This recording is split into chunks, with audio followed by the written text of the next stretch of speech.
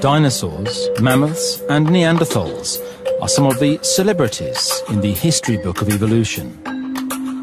They used to thrive on our planet, but they all became extinct. And they're not the only ones. More than 99.9% of all species that have inhabited the Earth are no longer with us. Our own species has only recently made its appearance on the evolutionary stage. Our large brain made it possible for us to colonize even the most remote corners of the world, and to grow to a population of more than 7 billion individuals. Some scientists argue that it has made us all but immune from extinction. Others say we are in even greater peril than ever before. We're entering a period when the level of risk is much greater than ever before. There is a significant probability that we will fail permanently and end the human history in this century. We are doing things and are going to do things in this century that have never been done before. We are going to develop extremely powerful technologies that will enable us to manipulate and reconstruct the nature of life and get control of matter on the atomic and molecular level.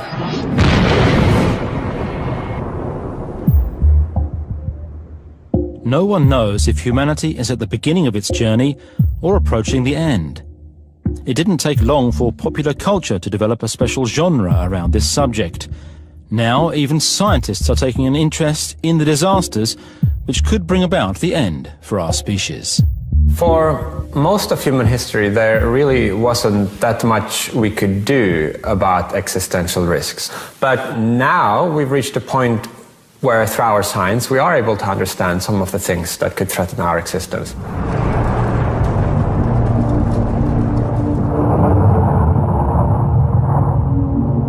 Are we mainly threatened by natural phenomena? Or will we bring about the end all by ourselves? And what are the odds that an extinction-level event will occur this century? We'll be seeking answers to those questions.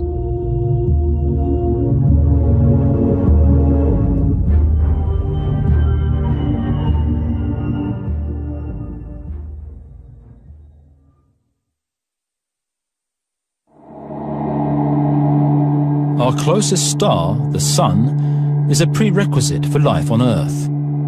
Without it, there would be no plants, animals, or humans. But the powerful physical processes which occur inside stars can also extinguish life.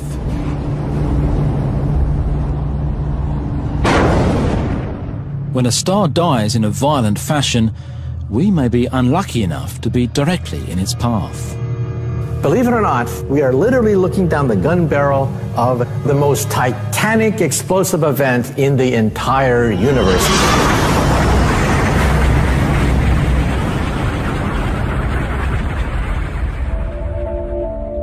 On March 19th, 2008, instruments recorded a very distant stellar phenomenon that is unparalleled in the history of astronomy.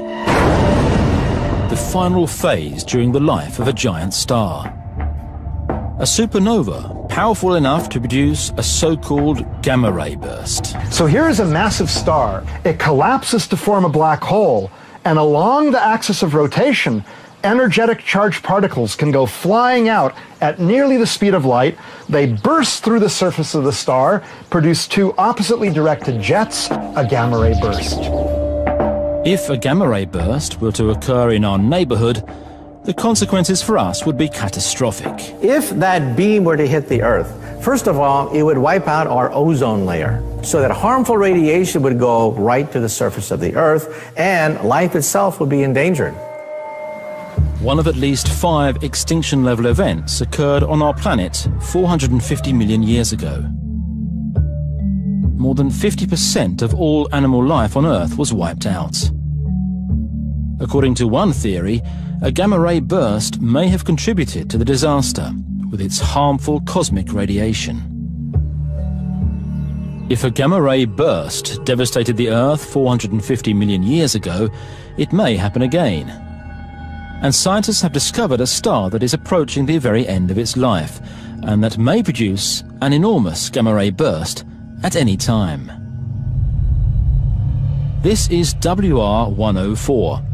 Compared to the star that produced a gamma-ray burst in 2008, it is practically next door to us, and astronomers now know that its rotational axis is aligned within a few degrees of Earth.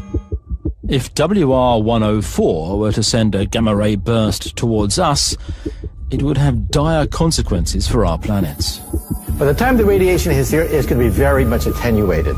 But it'll be sufficient to cause disruptions in the upper atmosphere, enough to wipe out the ozone layer at the minimum.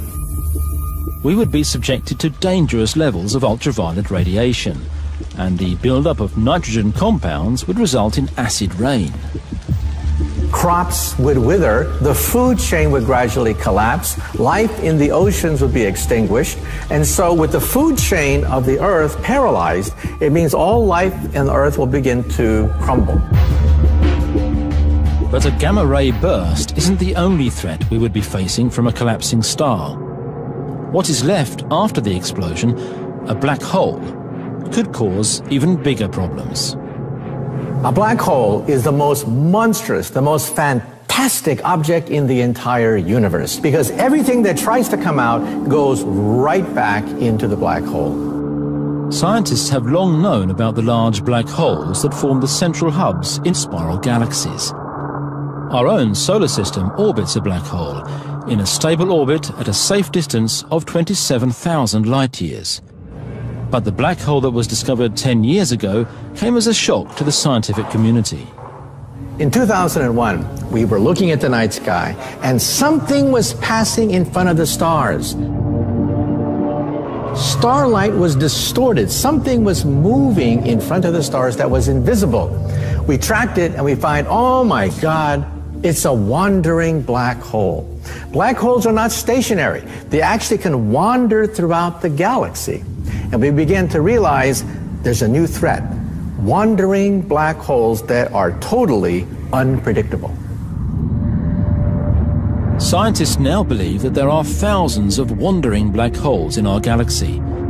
These leftover remnants of supernovas have been hurled out in every direction throughout the Milky Way. They can collide with other black holes to be flung out in different directions. So that's what we think happened here. It was probably a collision of some sort that then drove this black hole into an orbit around the Milky Way galaxy. If a black hole were to pass through our solar system, we would be in immediate danger. If a black hole starts to get close to our solar system, we would know that the outer planets, their orbits are distorted. They begin to wobble. Once the black hole passes by Saturn, it would start to affect the Earth's orbit. It would push the Earth towards the Sun, or push us out into space. And it might devour us completely. But for that to occur, the cosmic vacuum cleaner would have to come within a measly few hundred kilometers of Earth.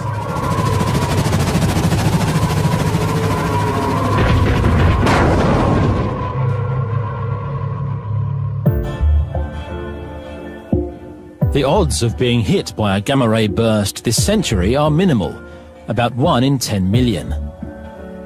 The odds of a close encounter with a black hole are even slimmer. This is one of the risks from nature. We know something about them, which is that they are very rare. It would be extremely unlikely if one of these blasts hit us within the next 100 years. That's why the threats from collapsing stars end up in the 10th and final spot on our list of annihilation scenarios.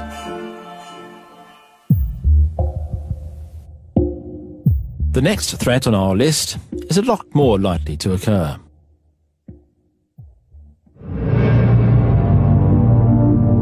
No one noticed as it came hurling towards us a few years ago, and no instruments caught it as it passed us by, at a distance less than a third of the way to the moon. It wasn't until 3 days after the close miss that the large asteroid 2002 MN was discovered. If its orbit had been just slightly different, it would have hit Earth with enough force to wipe out a city like, for example, Stockholm. There would have been no warning, and the results would have been devastating. End. Fini. Everybody in Stockholm is dead.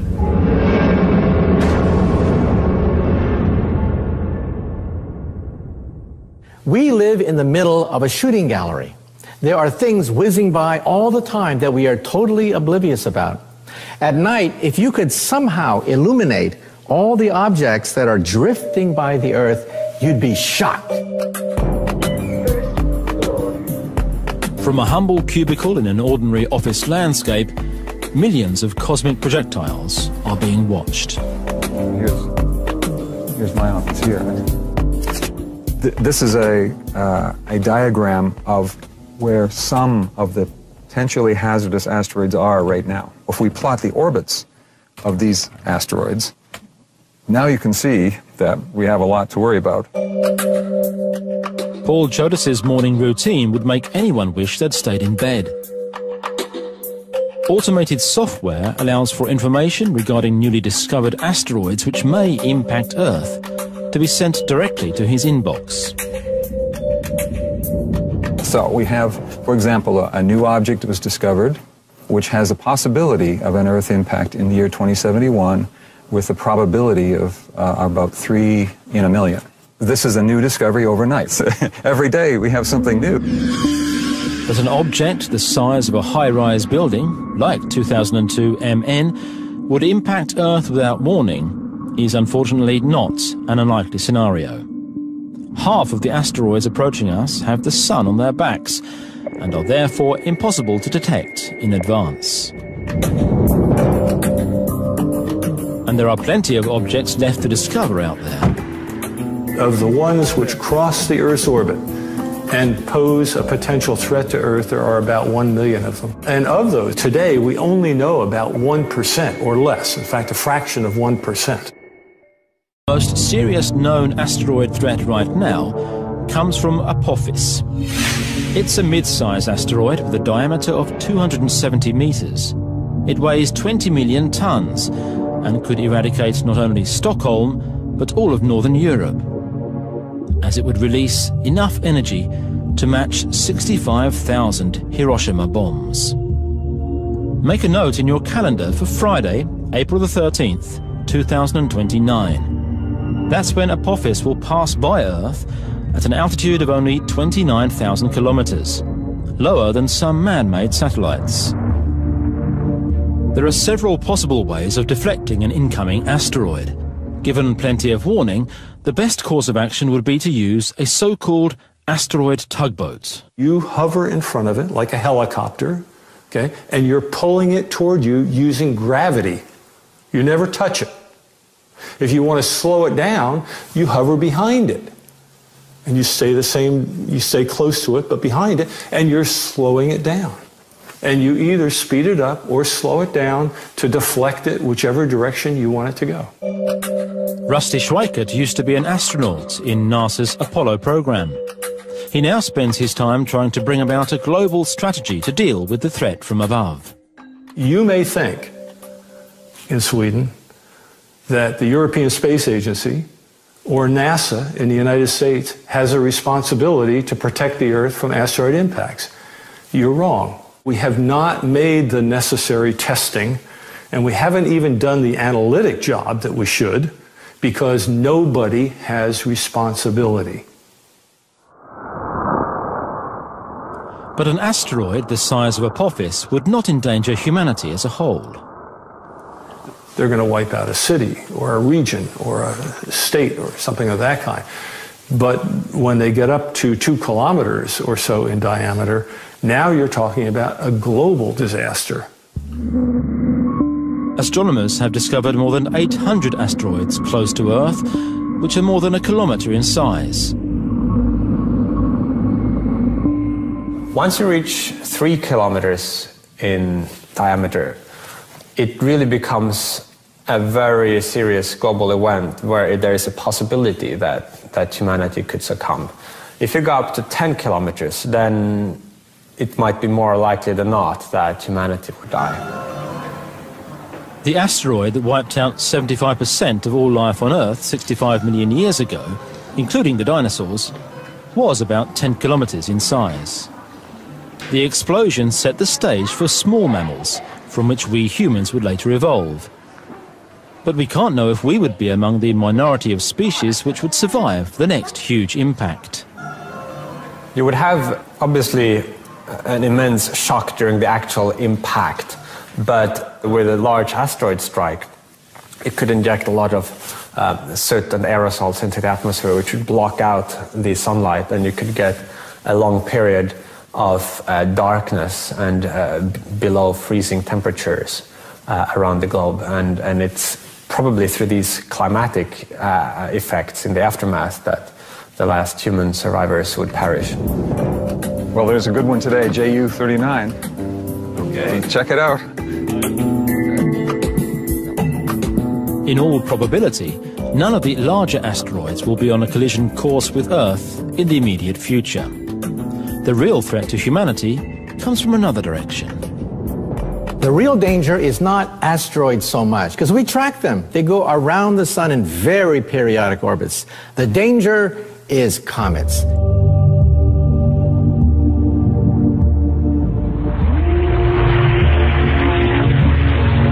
The bad news is that they travel at twice the speed, and that they can be enormous. They could be as big as Pluto. We now realize that Pluto itself is not really a planet. It's a comet, an overgrown comet. And beyond Pluto, we think there are other objects just as big as Pluto. But the really bad news is that most comets, even the large ones, are completely impossible to spot. In a worst-case scenario, a comet makes a first pass around the sun, so there's no tail. We don't see it at all. It is totally invisible.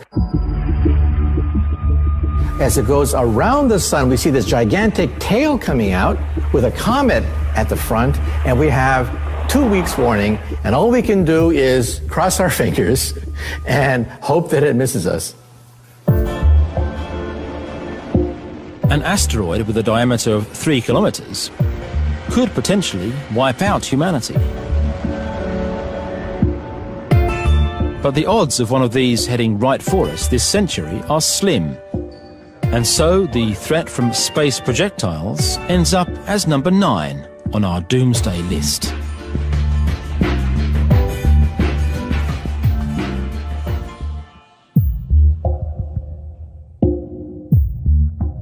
The next threat on our list is twice as likely to occur.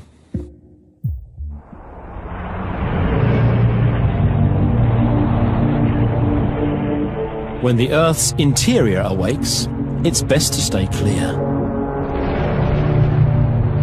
Volcanic eruptions are the most extreme kind of event that could happen on the Earth today. The most dangerous volcanoes are so huge that people don't even realize they're standing on one. Many of the visitors don't realize they're vacationing in one of the world's largest active volcanoes. When the Earth's largest volcanoes awake, every single life form on the planet is at risk. Supervolcano eruption might be the one type of catastrophe that in our past has come closest to causing human extinction.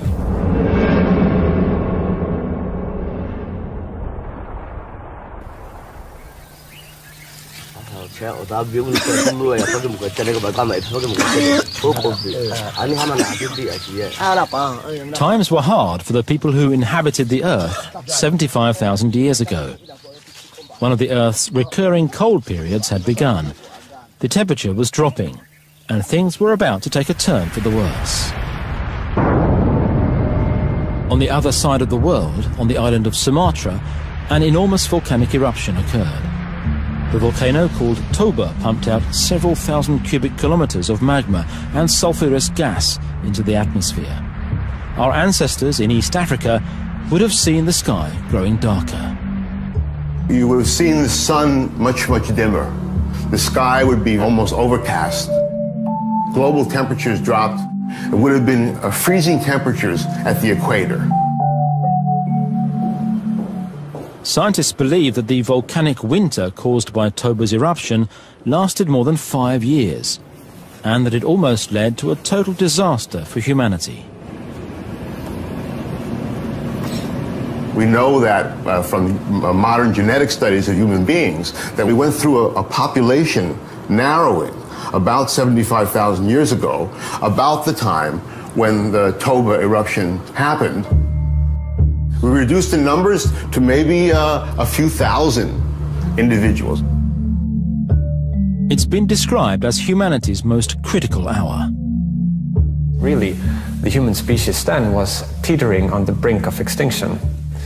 So according to the Toba catastrophe theory, this immense supervolcano was responsible for virtually, almost causing the extinction of the human species. And eruptions of this magnitude are not just things of the past. For volcanoes, especially supervolcanoes, it's not a question of if there's going to be another eruption, it's just a question of when the eruption will be. The main candidate for the next super eruption is actually also one of the world's most visited tourist spots.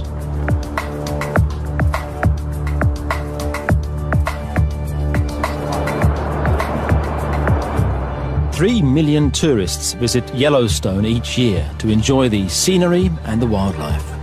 But many people don't know that they're standing on the lid of one of the world's largest active volcanoes. Most people, when they think of volcanoes, they think of something blowing up and then it ejects material to the sides and it tends to form a steep sided conical hill. A caldera is where so much material is ejected, 1,000 cubic kilometers, such that the ground subsides into a large depression. Yellowstone's caldera is enormous, 40 kilometers wide and 80 kilometers long. And 2 kilometers down is a gigantic magma chamber, pushing up from below like an enormous pressure cooker that will explode at some point in the future. Will there be future eruptions in Yellowstone? Definitely. There is no doubt about that. Now, do we have earthquake swarms? Absolutely. Do we have ground deformation? Absolutely. Why is that not indicating a potential eruption? Because they're all in different areas. So they're not caused by this movement of molten rock in one area. Yellowstone is a supervolcano which, historically, has awoken with eerie regularity. It has a cycle of super eruptions which is fairly regular, about once every 600,000 years. The last one was a little more than 600,000 years ago. So you might say, in a sense, according to the past behavior of the volcano, that we're overdue for a volcanic eruption. When it's time for Yellowstone to erupt, cracks in the ground will open up and lava will be spewed out. First in one spot, then in several. Eventually, a ring of cracks will cause the lid to collapse and the magma chamber will explode upwards.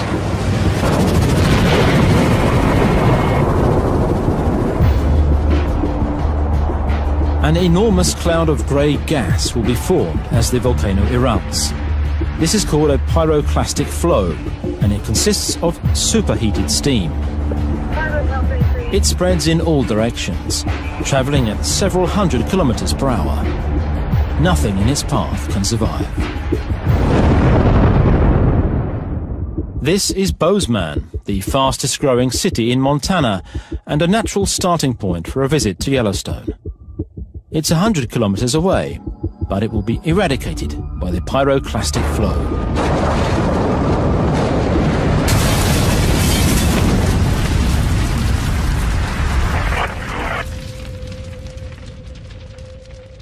Smaller particles in the doomsday cloud will reach an altitude of 25,000 meters and spread across the entire atmosphere.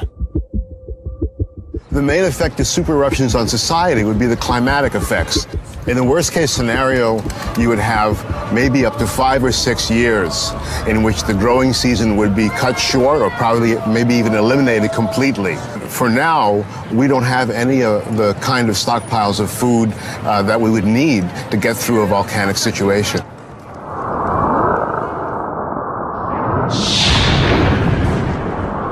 An incoming asteroid might be deflected, and diplomacy can avert a full-scale nuclear war. But there's no stopping a supervolcano. The odds of a supervolcano erupting in our lifetime are slim, maybe just 0.1 or 0.2%. And hopefully, enough of us will survive to restart civilization. But historically, supervolcanic eruptions have occurred more than twice as often as large asteroid or comet impacts. And so the threat from volcanoes ranks higher than that from space projectiles, at number 8 on our list.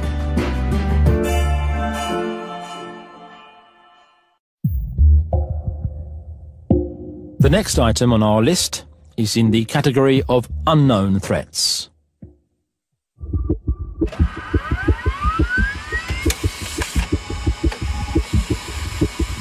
It was recorded just before midnight, one night in August 1977. A signal that caused the instruments at Ohio State University's radio telescope to spike. The signal came from a spot in the sky just east of the star constellation known as Sagittarius, 220 light-years away. The signal was so clear that the operator made what has become a famous notation on the computer printout. What made the wow signal interesting is that the signal shape, the way the signal went up and down with time, perfectly mimicked the kind of shape you would expect from a signal coming from one spot on the sky, moving with the stars.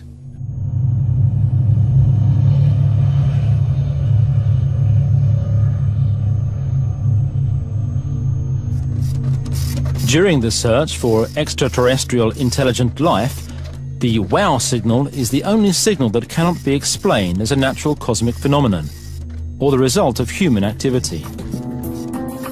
In the case of the wow signal, of course, we don't know what it was. It was never seen again. Could they be out there? Advanced creatures that have been portrayed in books and movies? At times they've come in peace, but for the most part, their plans have been much more sinister.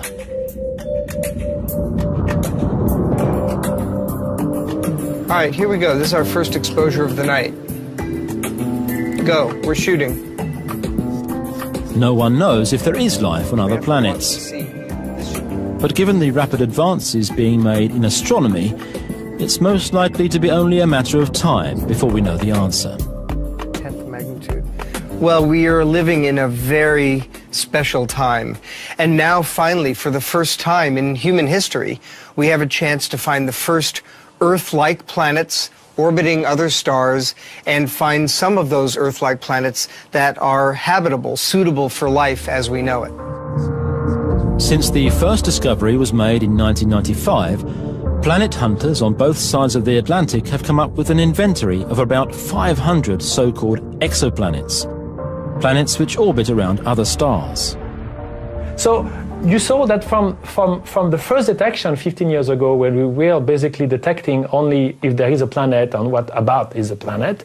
No, we move very far along the way that we start to tell you what is the temperature on the planet, what is the size on the planet, what is the gravity, is it rocky, is it gas, could you land on this planet, basically? So we're really moving. It's like a science fiction book, but it's not science fiction, it's reality. This is the first star that was found to have planets which could sustain life. Gliese is a solar system just 20 light-years away, and like our solar system, it contains several planets. Both the planet called 581G and possibly its outer neighbour 581D may be able to sustain life. Since Earth-like planets have been found in such close proximity to us, after such a short search, scientists believe that the number of Earth-like planets in space could be enormous. So there are so many stars in the galaxy. There are 100 billion stars. So I must expect to have millions of planets with life. But whether or not the galaxy is abundant with intelligent life is a completely different question. You see this very obvious line here, that's a signal, and that's the kind of thing we're looking for. Because at SETI, the search for extraterrestrial intelligence, people believe that it's only a matter of time before we establish contact. Keep in mind that there are just an awful lot of worlds out there. Maybe 1% of them are interesting, or 1 in 100% of them are interesting. When you have a million of them, it really doesn't matter. People have been listening for extraterrestrial signals for almost 50 years now, but so far nothing more promising than the WOW signal has been picked up. But that'll change. I think that'll change. This array will allow us to search enormously faster. And so with this thing going, you know, in the next 24 years, you could check out 1 million star systems. That's the antenna that I think could find ET in the next 24 years. But then, could aliens pose a threat? No one has a problem with just listening for signals, like at SETI, but what this man does has caused some raised eyebrows. Alexander Zaitsev is a Russian radio astronomer. No one has done more to send messages into space than him. His latest message was transmitted in 2008 to the Gliese solar system. То мы как бы в деле наведения моста между нами и предполагаемой цивилизацией мы прошли свою часть пути. We make our part of job. И теперь только от них зависит, от них, будут ли обнаружены наши сигналы, смогут ли они их расшифровать. If there are beings in the Gliese system that are able to receive his message when it arrives in the spring of 2028, they would find out quite a lot about us. The message includes a list of Earth's natural resources, such as minerals and metals. A map shows how the continents are aligned, and included is also a guide to the genetic makeup of humans. There are conferences that have been organized about this. The reason that we consider them is because it's a highly emotional subject. And it's an emotional subject because there are some people who think it's dangerous and they don't think that anybody should do it. And some people will object to say, yeah, sure, there's all this, you know, our television and so forth has been going into space, but that's a pretty weak signal. What we should try to avoid is any deliberate broadcast that would make a very much stronger signal going in the direction of some particular star system. Alexander Zaitsev shrugs off the criticism. Нет ничего, вот как мне кажется, что нет ничего такого, что мы могли бы сообщить, что представляет опасность. И когда формируется цифровая часть радиопослания, то излагаются некие общие сведения, которые нам известны о Вселенной и о нас. Ours might be the only civilization in our part of the universe. If so, we could scratch aliens off the list of threats. But if intelligent beings are a common occurrence, it could very well be that violence and aggressive behavior is a characteristic of aliens, just as it is with us. Then we could be in trouble. If you look at the history of humanity, every time a more technically advanced society met a less technically advanced society, it didn't work out so well for the less technically advanced. If aliens wanted to get rid of us, they would most likely be able to accomplish just that.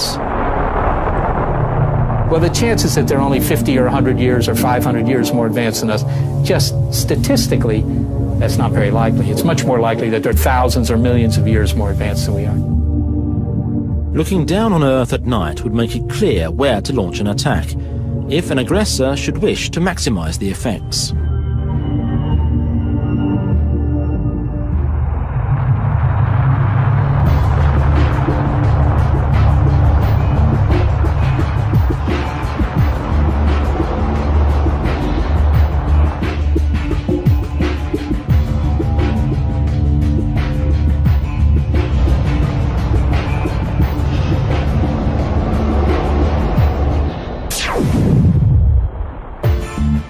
Since we most likely wouldn't survive an encounter with aggressive aliens, this threat ranks as number 7 on our doomsday list.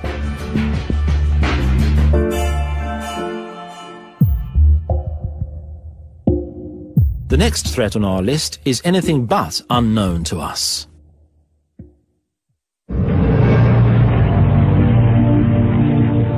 In many ways, these are the most successful entities on Earth: bacteria, parasites, and viruses. Every single animal or plant has its own virus strains. The host animal can often coexist peacefully with its inner companions, but not always. Among the global catastrophic risks, natural pandemics is up at or very near the top. They have killed us in large numbers throughout history, and they will do so again. Now, with global travel, a pandemic could spread very quickly to all parts of the globe. So our past track record of surviving these events cannot give us a 100% guarantee that these will not occur and be universally deadly in the future.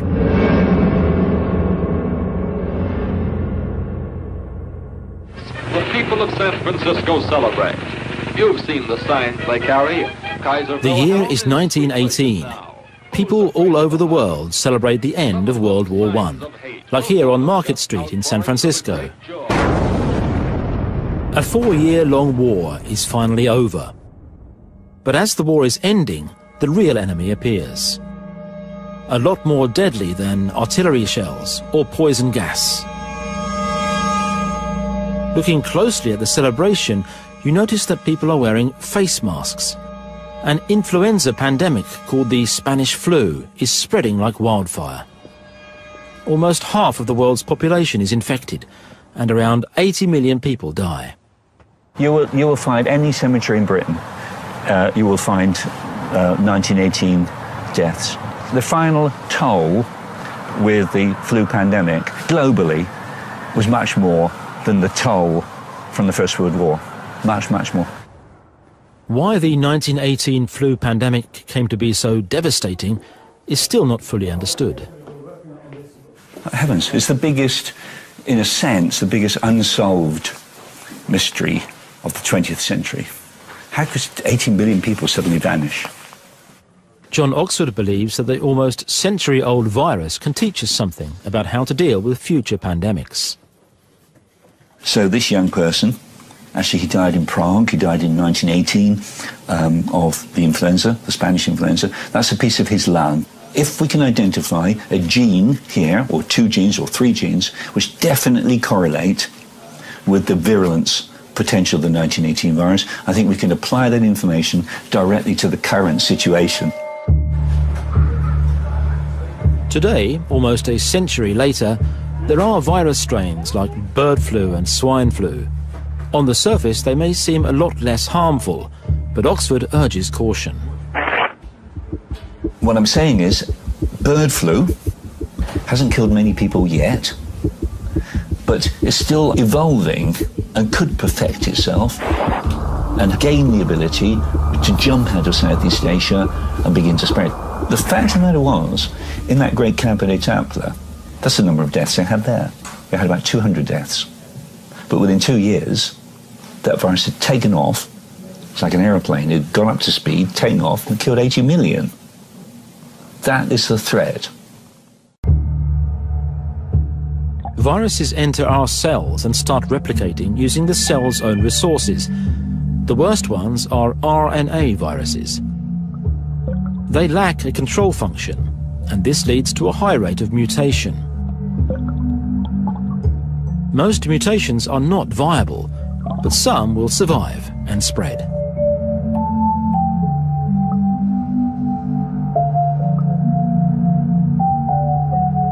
It's like Darwin. That's the situation. You know, the survival of the fittest. And this virus makes sure, by throwing off all these mutants, that there will be one mutant that is the big boy on the block. It is the most fit virus, and it's that one which will take off. Things get worse when an RNA virus from another host animal infects us. Different virus strains can combine, and the result will be virus strains that the body's immune system is completely unfamiliar with. The HIV virus made its way to humans from monkeys a century ago. SARS and Ebola originated in bats. A virus that makes the leap from animals to humans is called a zoonosis, and virus hunters like Nathan Wolfe keep discovering new ones. Sometimes pets, wild animal pets, are kept in villages, which means maybe bites, children get bites, people get bites. When you hunt and butcher animals, you actually are going to have a tremendous amount of potential for contact with the full range of blood and body fluids that potentially could harbor these infectious diseases. Scientists at the Royal Institute of Technology in Stockholm have access to powerful virus-spreading simulation software, and they've used this to establish how society would be able to deal with a pandemic on the order of the 1918 flu pandemic. And it's not a pretty picture. Det här scenariot då är ju en person smittad i Sydostasien som anländer till Arlanda. Då har vi, när planet landar, 5 personer, inklusive den här första då, som är smittade. Och sen sprids smittan naturligtvis vidare över hela landet ganska så raskt. The virus spreads in homes and workplaces, but mostly where people gather in large crowds. To develop and distribute a vaccine in time is impossible. Det börjar hända riktigt stora saker efter ungefär 2 månader. Så i vecka 8 har vi knappt 100 000 och i vecka 9 300 000. Och sen stiger det väldigt snabbt tills i princip hela populationen är berörd av det här. Antingen smittad eller avlidna. The simulation provides a scary picture. Almost 7 million Swedes are infected and 500,000 people die. On a global scale, 70% of the world's population would become infected, and 1 billion people would die. But could we get virus strains which have the potential to cause even more death and devastation, or even threaten our very existence? What's to say that next time you wouldn't get something, say, with the virulence and lethality of Ebola, yet with the transmissibility of the common flu, and maybe with the incubation time of HIV/AIDS. If you did get something like that, clearly the results would be very nasty indeed. A diabolical virus could spread around the world like a Trojan horse, without us even noticing it, only to wipe us out at a later date. It's an unlikely scenario, but it cannot be ruled out. You should never underestimate a virus, any virus. Never, ever, ever. There seems to be no in principle reason why nature could not do this. It might require some improbable combination of evolutionary events, but as an existential risk, I think it's probably as large, or perhaps larger than any of the ones we've considered so far.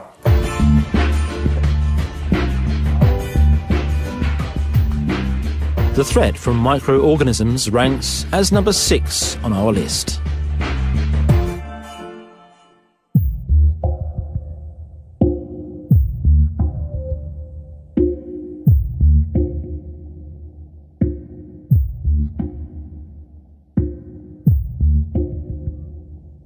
We went from tree-living monkeys to human in about 6 million years. Our path to this point has been lined by disasters and death. Dangerous predators, recurring droughts and ice ages reduced our numbers.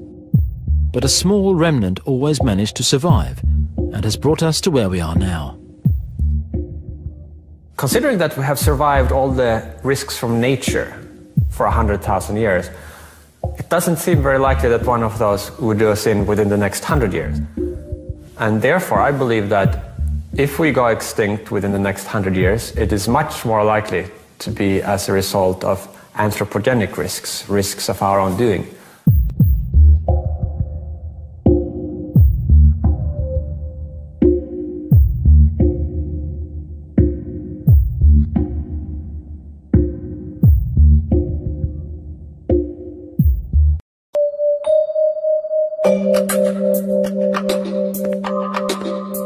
There are plenty of existential threats facing humanity. Some are not at all unlikely, but they may just reduce our numbers.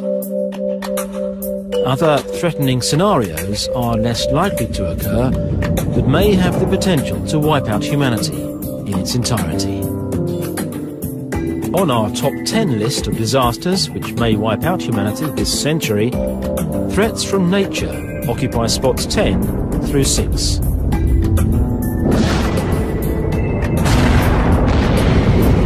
We have survived asteroid impacts, climate fluctuations, etc., etc. It doesn't seem very likely that one of those would do us in within the next 100 years. And therefore, I believe that if we go extinct within the next 100 years, it is much more likely to be as a result of anthropogenic risks, risks of our own doing.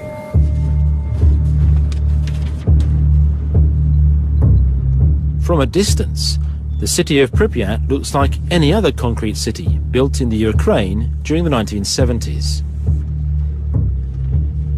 But as you get up close, it's clear that something is amiss here.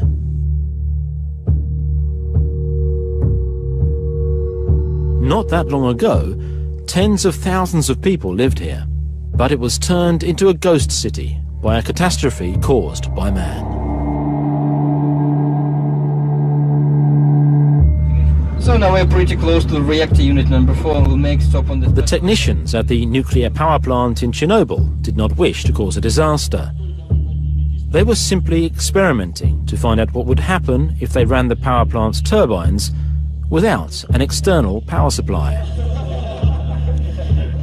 The meltdown at Chernobyl on April 26, 1986, released high levels of radiation, rendering the area uninhabitable for centuries to come.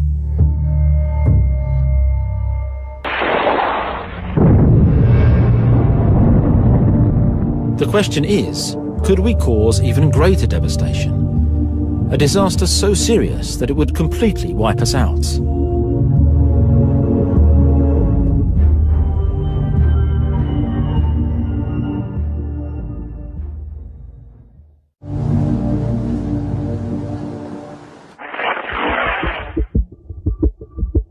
Three weeks before the atomic bomb was dropped on Hiroshima, the first nuclear weapons test ever was conducted in the desert in New Mexico. The so-called Trinity test on July the 16th, 1945, had caused a certain level of anxiety beforehand. As early as 1942, physicist Edward Teller argued that an atomic bomb could, in theory, start a chain reaction which would ignite the entire world's atmosphere. It's a little nuclear reaction happening in the bomb, but maybe all the atoms in the atmosphere could also sort of be dragged into this chain reaction. And the concern was taken seriously enough that there was actually a report commissioned, and some physicists were set at the task of calculating whether this would happen. Scientists now know what it would take for Teller's doomsday scenario to become a reality. But at the time of the Trinity test, the physical effects had not been fully explored. In spite of this, the test was carried out.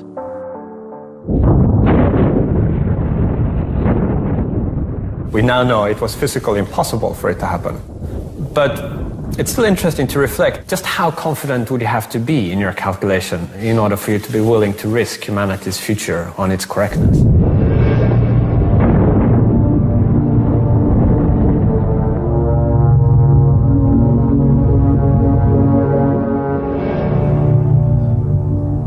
Today, scientists are conducting other kinds of physics experiments.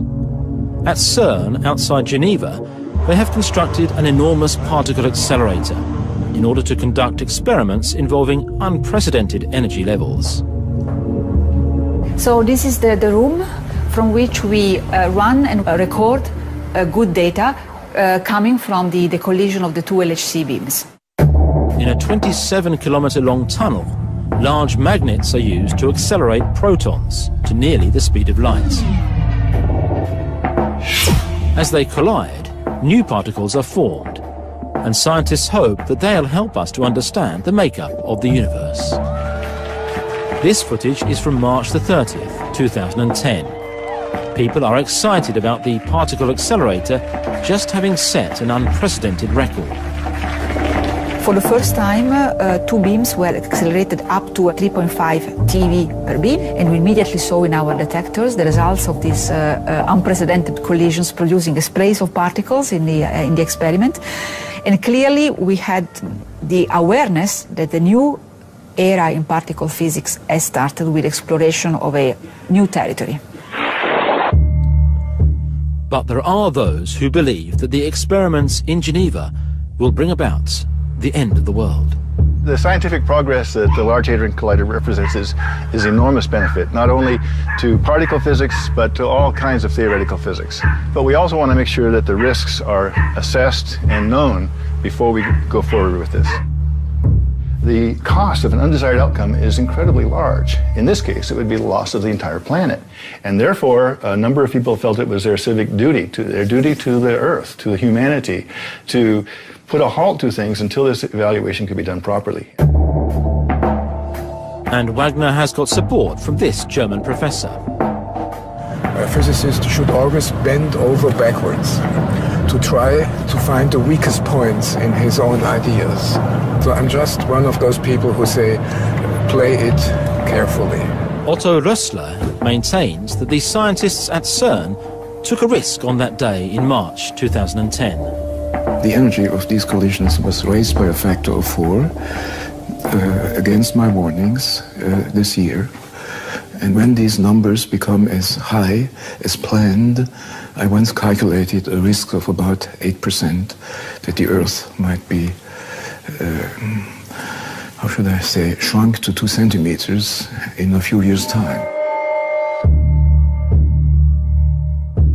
Several different scenarios have been proposed for how high-energy physics experiments, such as those taking place in the Large Hadron Collider, could potentially pose an existential risk to humanity. The probability of having a resident black hole inside Earth.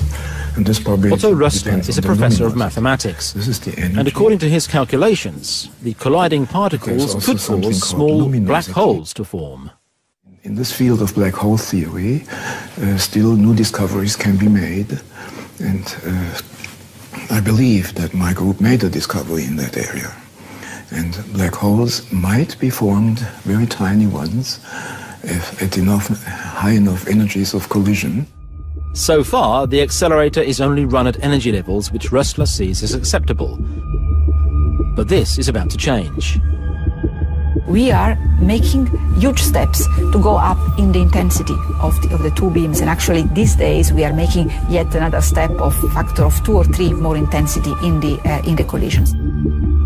And this is what concerns me, because my results say that in this area there is a certain finite probability of disaster. Black holes are regions in space where gravity is so strong that not even light can escape. It is believed that there are large black holes in the center of galaxies, and that stars collapse into medium-sized black holes when they eventually run out of fuel. But in theory, a black hole could be infinitely small, and in that case one could be created in Geneva. According to Fabiola Ginotti, that's exactly what they're hoping to accomplish there. Let me tell right away that production of mini black holes will be a very important, a very nice discovery. So we are keen actually to produce black holes. These are particles that can be produced if there exist additional dimensions and microscopic additional dimensions. Then production of mini black holes could be possible, but these mini black holes evaporate instantly, and so they will be completely harmless. But Rössler argues that man-made black holes would have properties not found in black holes in space. My results show that these little black holes will not disappear, and if they happen to be slow enough to stay inside Earth, they will eventually eat the Earth from the inside out. And the question then is only how long this will take. In Rössler's doomsday scenario, the man-made black hole would drop right through the particle accelerator's containment field, Gravity would pull the hole towards the centre of the Earth, where it would grow larger by absorbing the atoms surrounding it. First slowly, and then at an ever-increasing rate. It would just have the features of a quasar, meaning it would have two jets coming out in two directions, which eventually would come out of the Earth in both directions, and then people would know that there is this active machine inside, which is going to eat it inside out in more or less short time.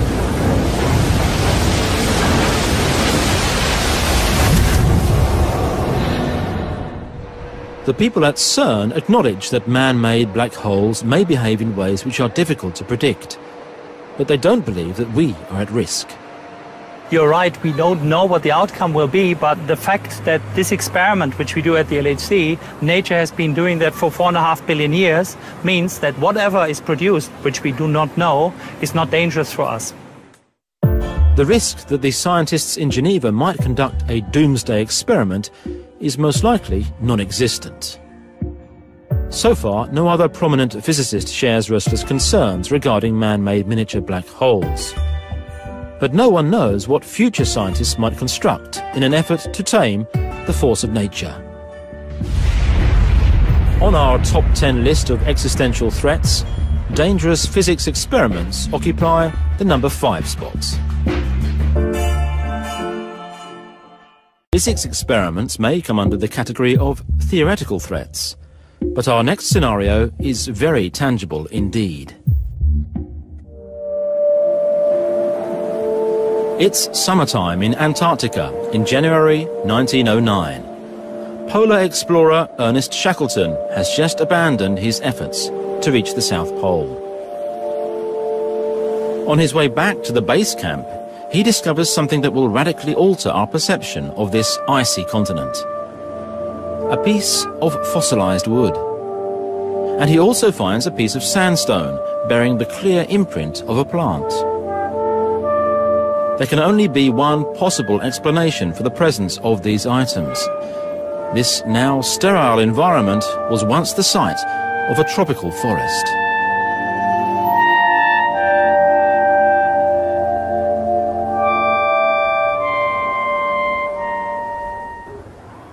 The climate of the Earth varies over time, a fact not well understood in Shackleton's time, but something we now know to be a fact. At times, the Earth's surface has become entirely frozen, and there have been warm periods, for example, the one known as the Paleocene-Eocene thermal maximum. Biological diversity was reduced in the heat around the equator, and life made its way towards the polar regions. There was no ice in the world, no ice sheets. Antarctica and Greenland were not covered by ice, and we know that in the Arctic and the Antarctic, there were actually crocodiles living and palm trees. We're now heading towards a new warm period, and this time we're the ones causing it. What we're doing is gambling with a planetary life support system. And we're talking about an experiment on the real Earth with us and all the other living things along for the ride. What we don't know is, do we have a decade before it's too late, or do we have a century? The signs of global warming are clear, and virtually all climate scientists now agree that we are facing serious changes to our climate. I wouldn't rule out right now that the melting that you can already see on Greenland has already created an irreversible situation that we won't even know is an irreversible situation for 25 to 50 more years. And then once it starts, you can't stop it. And that's what we call a tipping point. Scientists know that we may experience a sharp rise in temperature based on their studies of prehistoric times. Around the time when Shackleton's finds were deposited, 55 million years ago, something happened which led to a sharp rise in global temperatures. There was a warming which took place relatively rapidly, as rapidly perhaps as the warming that we're causing now by putting more CO2 into the atmosphere. We associate the greenhouse effect with the tiny molecule called carbon dioxide, but there are even more powerful greenhouse gases. Methane is 20 times more powerful as a greenhouse gas, and it's believed that a sudden rise in the level of methane in the atmosphere set the stage for the warming 55 million years ago. Climate scientists fear that we'll reach a tipping point where the dormant methane is brought back to life.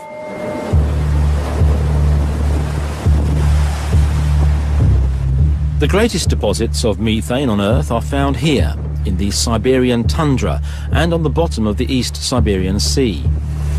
And no place on Earth is experiencing a sharper rise in temperature right now. It's not a good combination. Örjan Gustafsson at Stockholm University has recently been on an expedition to the East Siberian Sea. The consensus used to be that the permafrost kept the methane locked at the bottom of the sea, but Gustafsson found this not to be the case.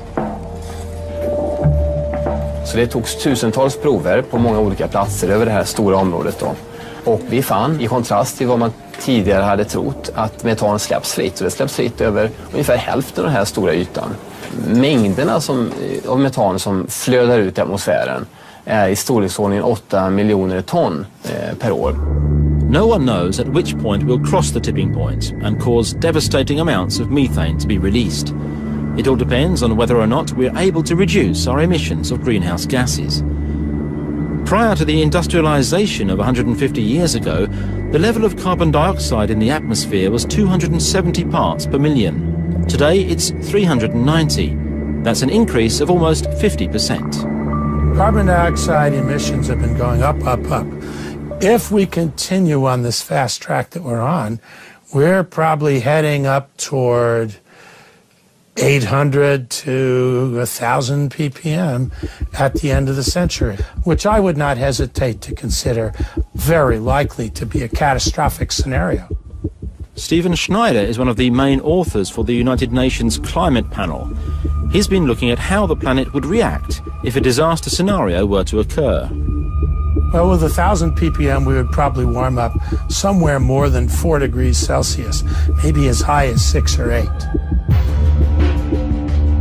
There would be major deglaciation of Greenland, 5 to 10 meters of sea level rise, intensified hurricanes, super fires. Up to 40% of known species could be driven to extinction. Really bad floods in Europe, goodbye Venice, and everybody will say, what have we done? But could climate change render the planet uninhabitable and cause humanity to be wiped out? Well, I'm not the biggest pessimist in this. I have colleagues who actually think that this worst-case scenario would drive humans to extinction. It would cause the outgassing of all the methane in the tundra and under the oceans, and that instead of warming up the equivalent of 1,000 ppm, we'd go twice that. In the future, we may face a crisis and be forced to employ extreme measures. Yes, so this is the idea of deliberately changing the Earth's climate. For example, by injecting soot into the atmosphere or by building mirrors in space that would block out some of the sunlight. What is called geoengineering involves employing technical solutions to stop the planet from warming. It's like a plan B in case we're unable to reduce our emissions of carbon dioxide.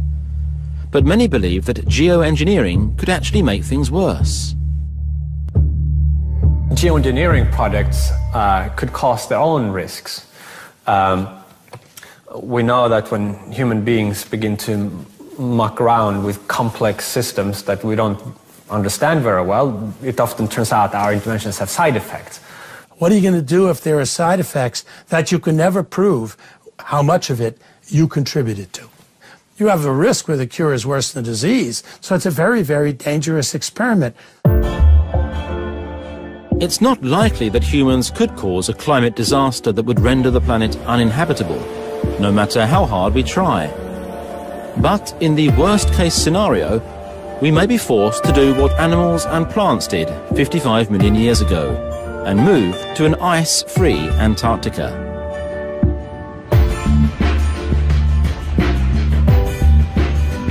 I would say that this is probably a larger risk than any of the ones we have previously considered here.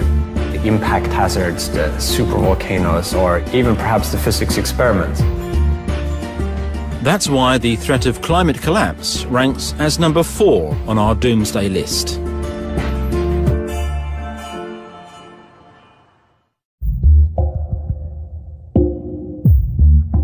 No threat has been more tangible in recent times than this next one.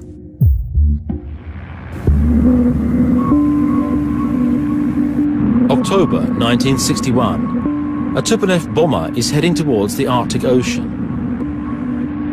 Major Andrei Donotsev is in charge of a weapons test, the magnitude of which the world has never seen, before or since. The plane's cargo is the most powerful bomb ever built, the so-called Tsar bomb. It has a yield of 50 megatons and is more than 3,000 times as powerful as the Hiroshima bomb.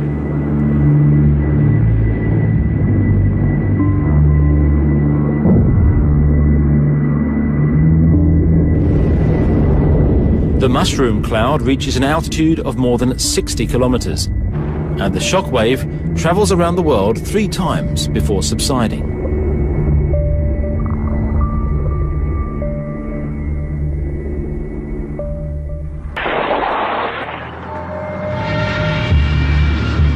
The Tsar bomb was dropped during the height of the Cold War, 6 months after the Bay of Pigs invasion and 1 year before the Cuban Missile Crisis. Conflicts which could have led to the start of World War III. At one point, there were more than 70,000 nuclear weapons in the world. Today's nuclear arsenals are much smaller, but there are still thousands of American and Russian missiles that can be launched by simply pushing a button. This dot represents the total explosive power of all the bombs used during World War II. 2 to 3 megatons explosive power, during which 50 million people died. The rest is the equivalent explosive power of the current nuclear arsenal. One would think that the explosive force and the deadly levels of radiation would pose the greatest threats in the event of a nuclear war. But the most serious consequences for humanity would be caused by something else. A nuclear bomb is like bringing a piece of the sun to the Earth for a fraction of a second. It's so bright that it's like a match. It will light on fire anything around within 10 kilometers or so. And it's the smoke from these fires that would last in the upper atmosphere for a number of years that would absorb sunlight and make it cold and dark at the Earth's surface that would cause the climate to change. The sound of bombs exploding fades away and is replaced by silence as a devastating cloud rises up into the sky. Alan Robock's work shows that today's nuclear arsenal would indeed be sufficient to cause a radioactive winter. This is the smoke and how it would be distributed around the world. The winds would blow it around the world, and it would, within 2 weeks, cover the entire planet.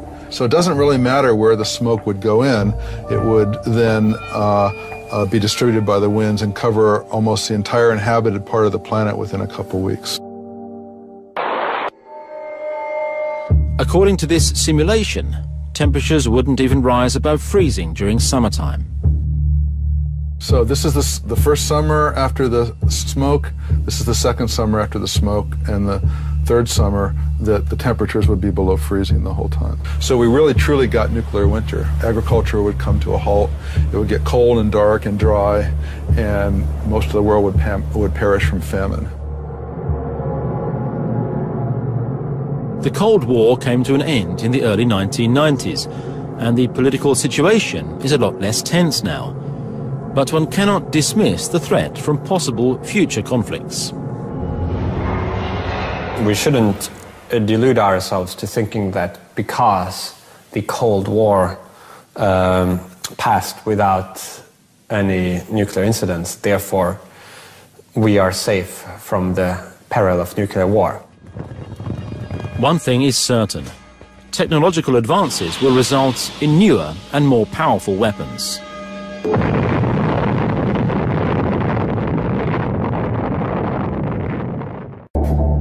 Future weapons may employ science that we cannot even see. Nanotechnology is about manipulating matter on an atomic and molecular scale.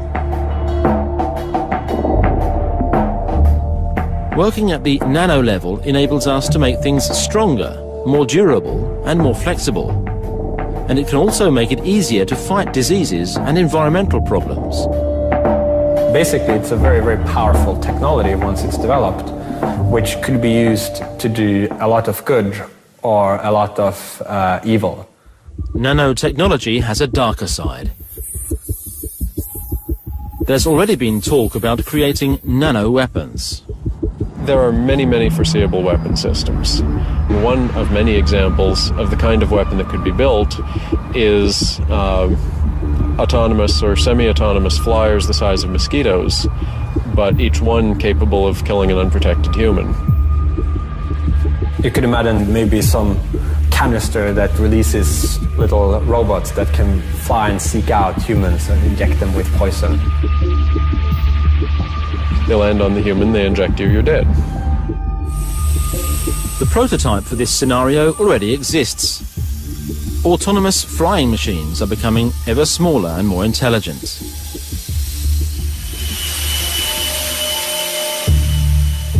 And it's possible to envision an even more frightening scenario. You could imagine microscopic bacteria-like nanotechnological machines that would be capable of harvesting resources from the natural environment and that could proliferate uncontrollably. An armada of bacteria-sized machines could devastate enemy territory by consuming everything in their way. This is still far beyond the bounds of current science, but cannot be completely ruled out. This, I think, is one of the major existential risks. It's zero right now, in the sense that we don't currently have the kind of nanotech weapons that could pose a threat to humanity. This is a future existential risk. Are we going to build a weapon system that collectively could destroy the world, as our nuclear arsenal could? The answer to that is maybe, and the danger is still being analyzed. But I think it'll be a long time before we get to the point where a random madman or terrorist would be able to build a doomsday weapon out of molecular manufactured components. World War I was called the Chemists' War. Tear gas, mustard gas and chlorine gas were produced for use on the battlefields of Europe. World War II gave us the atomic bomb. Which weapons World War III will be fought with, no one knows. Einstein once said, I don't know with which weapons the Third World War will be fought, but the Fourth World War will be fought with sticks and stones. This is a category of different specific risks. Risks with nuclear weapons, risks with nanotech weapons, risks with weapons that haven't yet been invented. And so the overall likelihood that an existential disaster will occur as a result of a war seems fairly high. The threat from a doomsday war ranks as number 3 on our list.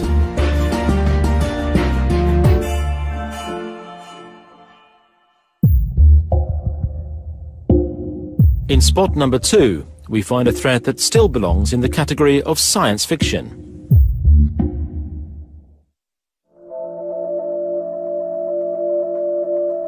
It was thought to be impossible until it actually happened in 1997. A computer defeats the reigning world chess champion. Ja, det absolut mest uppmärksammade och omskrivna partiet i datorschackhistorien så är det det andra partiet mellan Kasparov och Deep Blue 4 maj 1997 i New York. Inget annat parti har varit i närheten. The supercomputer Deep Blue makes a move that catches Garry Kasparov completely off guard. Kasparov sets a trap, certain that the computer will fall for it. But the computer doesn't behave like those he's played against before. After 2 minutes of calculations, Deep Blue decides on a move that sets the stage for the world champion's downfall. Move 37 is completely unexpected, And later, Kasparov could only state that the machine seemed to have displayed human intelligence.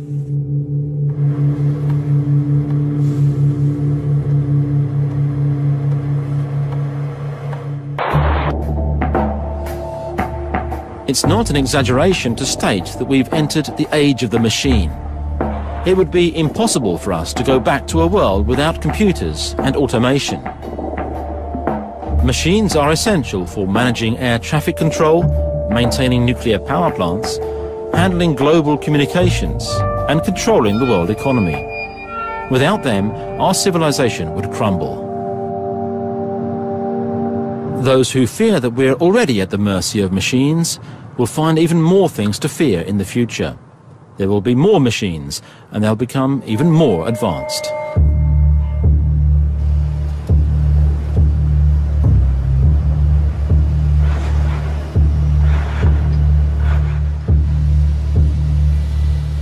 PR2 can open a door, can plug itself in, can grab a drink out of a fridge and fold towel. We have it doing a whole variety of different things.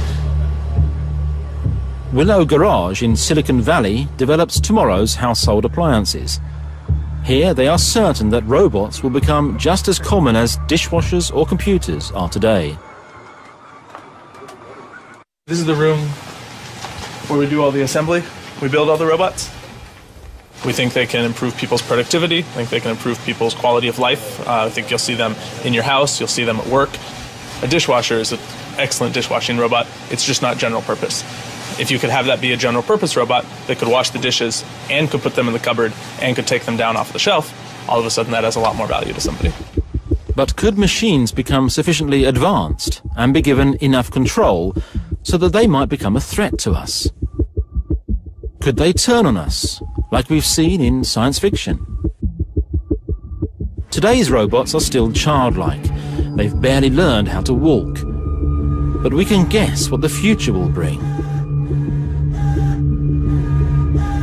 It's not hard to imagine that robots could handle weapons, and not just drinks and footballs.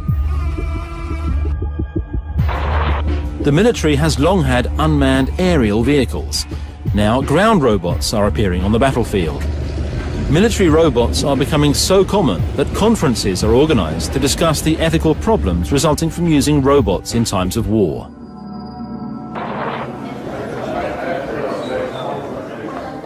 People don't realize how many there are. There were very few in 2001, but now there's something like 7,000 robots being deployed in Afghanistan and Iraq. But the ones, and these are used for surveillance, they're used for bomb disposal, and we don't really object to those. What we really object to is weaponized, what we call weaponized platforms. That's robots carrying weapons. These can be remote controlled, but they can also operate completely on their own. When the robot spots a target, it sets up a firing solution within a fraction of a second. Then it waits, so far anyway, for a human order to fire. Part of the reason why these systems are autonomous is that there is a change in the tempo of warfare. There's no longer time to consult with humans sometime about engaging a target. That's a very serious concern. The question is, what level of authority are we going to give to these systems in terms of deciding whether to engage a target or not? But for fiction to become fact, and for the machines to turn on us, it will take more than brute force. They will have to become intelligent.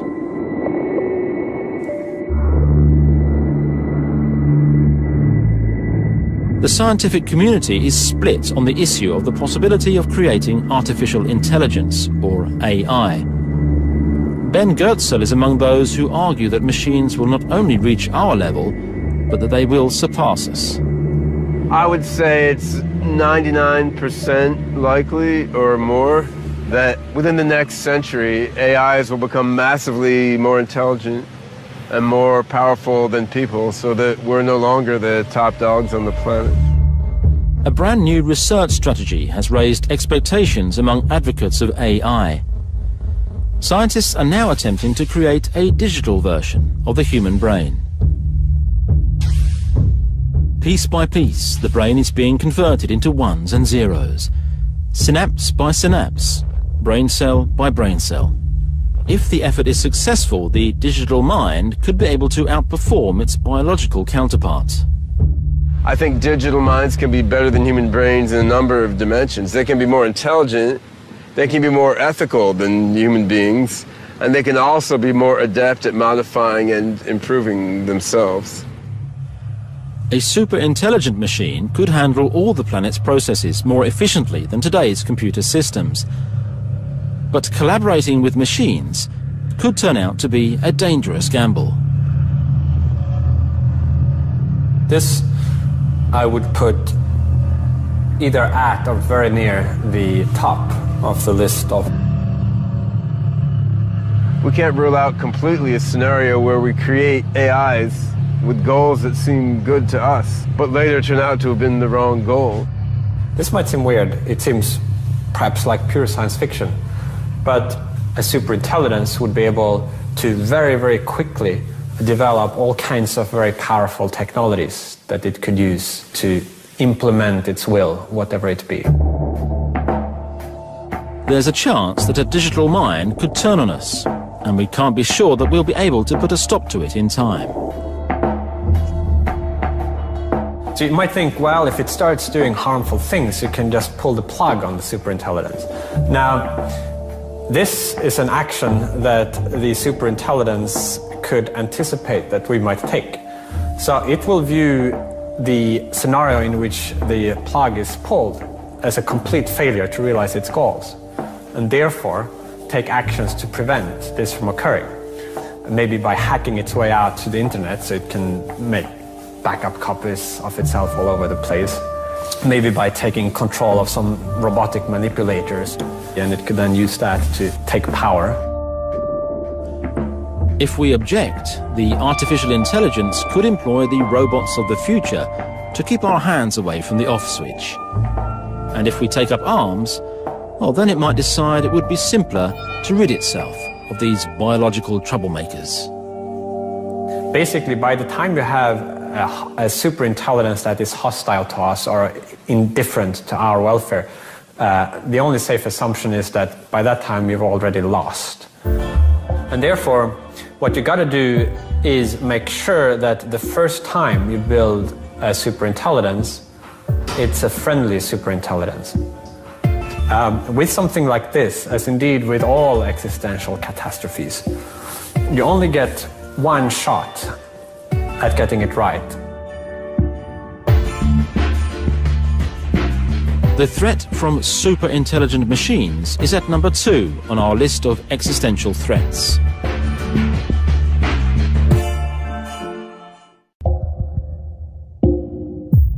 We've reached the number 1 spot on our list of doomsday scenarios.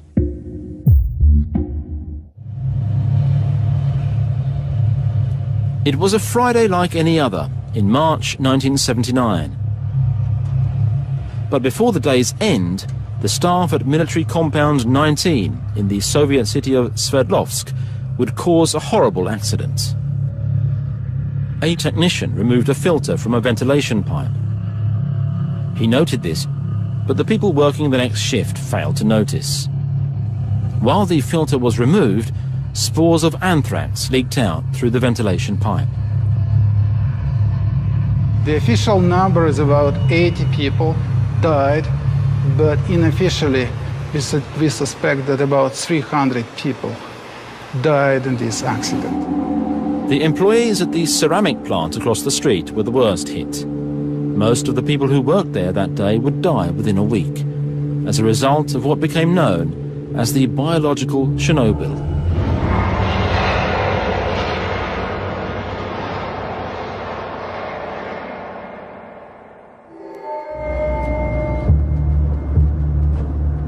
The superpowers of the Cold War have officially dismantled their biological weapon programs, but the ability to produce deadly microorganisms has not disappeared. The Soviet Union produced hundreds of tons, you won't believe me, the hundreds of tons of biological weapons, enough to kill the whole population of Earth. Based on this historical example, we can project that the country with relatively moderate resources could produce a large amount of biological weapons. By manipulating the genetic code, it's now possible to create new life forms. The research field is called synthetic biology, and many hope that this will help humanity deal with a wide range of problems. People are actually interested in using synthetic biology to go and seek out tumors in the body, to clean up sites that have radiation. And so it's kind of your imagination is the limit for the field of synthetic biology. But it's the hope that we'll be able to develop a new fuel for our cars and aeroplanes once we run out of oil that is currently driving major investments in this field. This grass will be genetically modified so that it will grow faster and taller. Then a superbacteria will be created that can convert the grass into biofuel. So the goal is really to be able to cut and paste genes from any organism to make a renewable fuel.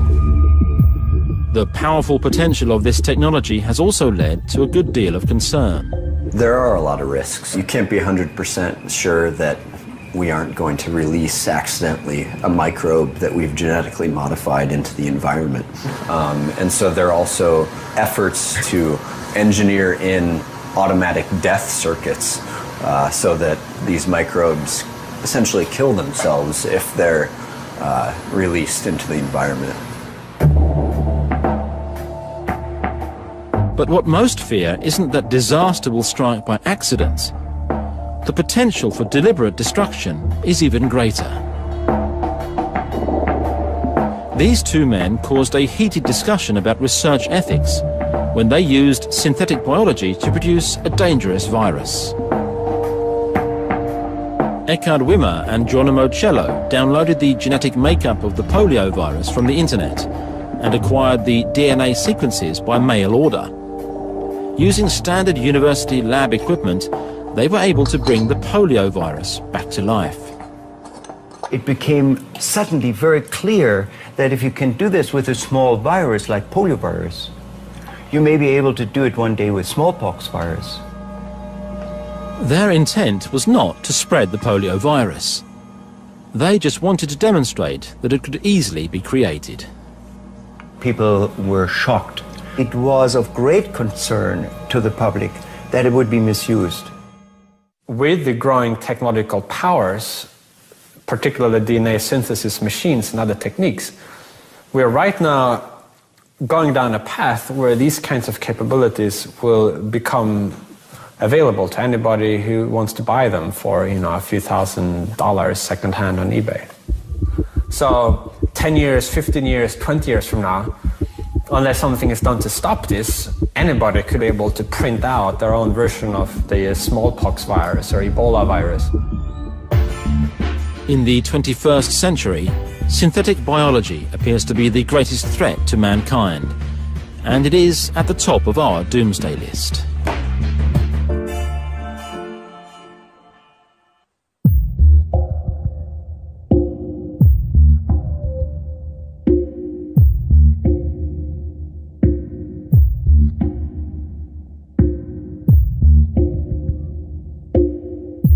Our top 10 list of doomsday scenarios is thereby complete. But there is actually one remaining threat that could be more serious than all of the others combined. There is an 11th card in the deck. Pripyat gives us the chance to observe one possible future. It shows us what a world without humans might look like. Whether mankind's journey will be long or short could depend on our ability to survive this century. If we make it through, from that point on, the risk of human extinction and existential catastrophe might decline, and the lifespan for the human species at that point might become extremely long, and the future of humanity could be far, far greater than our past.